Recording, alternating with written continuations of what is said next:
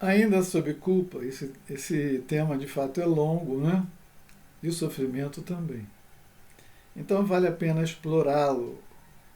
Não temos como explorá-lo na plenitude, mas pelo menos pincelar mais algumas coisas para vocês. O espírito Hamed, em sua obra As Dores da Alma, ele trata de vários aspectos desse, mais ou menos de forma similar à abordagem que Joana deu sobre vários desses temas que eu já mencionei nos outros dois vídeos. Porém, tem um aspecto em que ele traz uma perspectiva absolutamente inédita que eu quero compartilhar com vocês, que vale uma reflexão. Ele diz assim, né? Problemas são estímulos que a vida, e ele fala vida com letra maiúscula, né? Todo o cenário da vida, né, da existência, problemas são estímulos que a vida nos apresenta para nos autoconhecer. Ou seja, a partir da vida a gente vai se conhecendo e vai crescendo. Portanto, diz ele, os fatos de nossa existência possuem valores imprescindíveis para nosso desenvolvimento interior e são de importância fundamental para o nosso interagir em face desses mesmos acontecimentos. Então ele está dizendo que para todos nós é necessário experimentarmos. Como pai, como avô, eu gostaria de poupar meus filhos, meus netos de todos os dissabores, mas tem coisas, meus amigos, vocês, alguns que eu conheço pessoalmente, eu gostaria de poupá-los, mas tem coisas que o meu filho, minha filha, meu neto, minha neta, precisam vivenciar como forma de aprendizado, experiência, que eu não tenho como passar para ele a experiência, a menos que ele vivencie. Então, o que ele está dizendo, basicamente, é que certo tipo de desconforto faz parte do processo da vida como um elemento de evolução, aprendizagem. E alguns de nós, diz ele, aprendemos que deveríamos ser responsáveis pela felicidade dos outros, usando uma postura de, chama ele, como se estivesse tomando conta, tomar conta. Ou seja, aí ele vai enumerar uma série de situações, olha só, supervisionar, comandar, insistir, seduzir, chorar, acusar, subornar, espionar. São comportamentos que a gente às vezes adota enquanto acha que está tomando conta dos outros. Aquelas chantagens emocionais, né? Aquela chantagem financeira. E isso acaba produzindo culpa em nós e nos outros.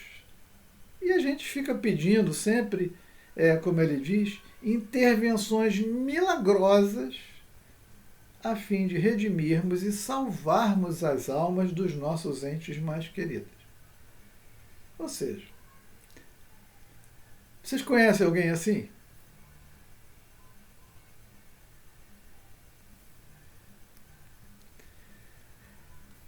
Então ele diz assim, muitos indivíduos trazem um comportamento psicológico inadequado, adquirido desde a mais tenra idade, pela longa convivência com familiares difíceis e criaturas problemáticas que se diziam incapazes de se cuidar e de se defender.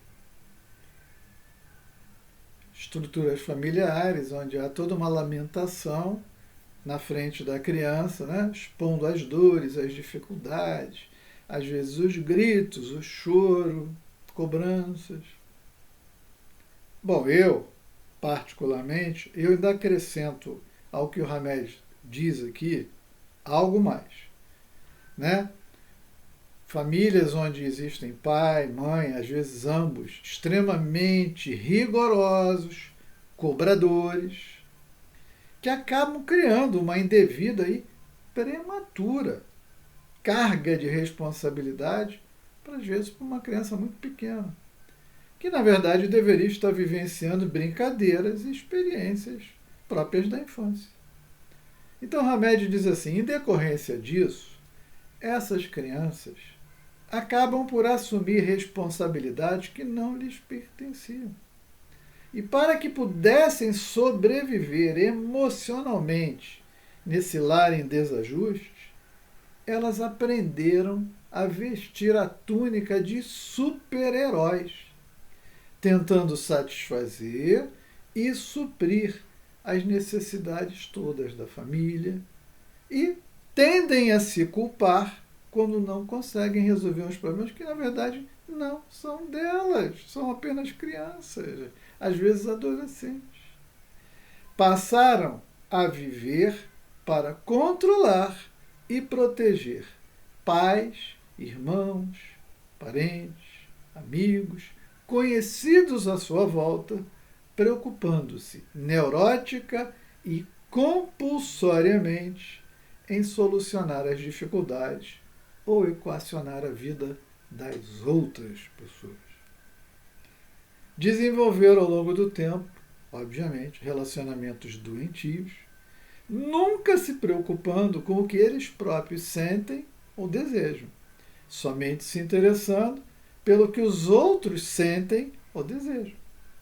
Trazem como lema, meu lema é a sua dificuldade, meu lema é o seu problema, a sua vontade é a minha. Será que isso é verdade? Não é. Muitas vezes a nossa vontade é inversa, assumindo obrigações pelo bem-estar, comportamento, decisões, emoções, pensamentos ou mesmo o destino das outras pessoas, por mais queridas que sejam. E aí, obviamente, o Hamed diz que ele não está aqui se referindo àqueles casos legítimos de caridade que a gente precisa ajudar o outro. Ele está falando a respeito daqueles excessos, daquela atitude, do comportamento que impede o outro de viver a sua própria vida, até cometer seus próprios enganos. Faz parte do processo. E ele diz que tudo isso, no fundo, é um processo que foi originado na infância, em que a pessoa, pelas contingências da própria do processo reencarnatório, foi colocado num contexto que a levou a tomar as dores do mundo. Não à toa o nome da obra de Hamed é As Dores da Alma. Né? Muito bem. Eu quero aqui, para fechar esse tema, falar a respeito da ausência de culpa. E eu vou voltar a Joana, então. Na obra O Despertar do Espírito, Joana trata de algo que ela chama de culpa não perturbadora. E diz assim, podemos encontrar a culpa não perturbadora na primeira infância. Ali a criança, 1 ano, 2 anos, não tem noção de nada. Então, sabe, apesar dela ter na consciência o gabarito de Deus, do que é certo, do que é errado, ela está numa fase extremamente ainda infantil. O espírito ainda está se adequando àquele corpo, processo que só vai se completar lá pelos 7 anos, 7 anos e meio, perto dos 8 anos. Então, naquele momento, às vezes, a criança comete equívocos que geram uma culpa não perturbadora. E ela diz, né, que, obviamente, isso dá-se na primeira infância. Primeira infância, ela considera até os 2, 3 anos. A partir daí, diz ela, surge a faculdade de discernir, pelo menos nos seus primórdios, o que é certo, o que é errado. E favorecendo, então, a criança entender, né, de ter uma noção do que deve e o que não deve fazer. Então, essa é aquela que ela chama de culpa não perturbadora. Ela também fala a respeito de algo que eu já tive a oportunidade de observar em muitas reuniões mediúnicas, no que diz respeito à ausência de culpa. Ela fala do seguinte, Se o indivíduo, aí nós estamos falando do adulto, que pode ser encarnado, pode ser desencarnado. Se o indivíduo não possui interiormente, nele, esculpido, a gente pode acrescentar o advérbio ainda, um código moral para o comportamento. Ele tem um código íntimo, mas ele é tão bruto ainda que ele ainda não consegue exteriorizar isso. É quase aquilo que diz Kardec a respeito dos espíritos na sua fase inicial, são simples e ignorantes. Ou seja, está tudo lá na essência, mas ele ainda não tem acesso. Se o indivíduo não possui interiormente, nele esculpido, um código moral para o comportamento, vagueia entre a irresponsabilidade, as psicopatias pessoais e as sociopatias no grupo no qual se encontra. Eu vou exemplificar isso para vocês de uma forma muito clara. Tem pessoas que elas cometem o mal, elas não têm ainda nenhum tipo de culpa, elas não sentem remorso, por isso ela está usando a expressão psicopatia. É como se fosse um psicopata. O cara mata o outro, estupra, prejudica uma pessoa deliberadamente.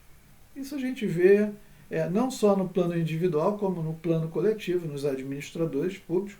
Quando o sujeito desvia o dinheiro do leite, ele está prejudicando milhares, milhões de pessoas, ele nem se incomoda. O sujeito desvia o dinheiro do hospital, a verba. O sujeito toma uma decisão que ele sabe que vai prejudicar milhões de pessoas, ele não se incomoda. O cara declara uma guerra estúpida, onde vão morrer pessoas, ficarem mutiladas, perder seus bens, famílias. A pessoa não se incomoda.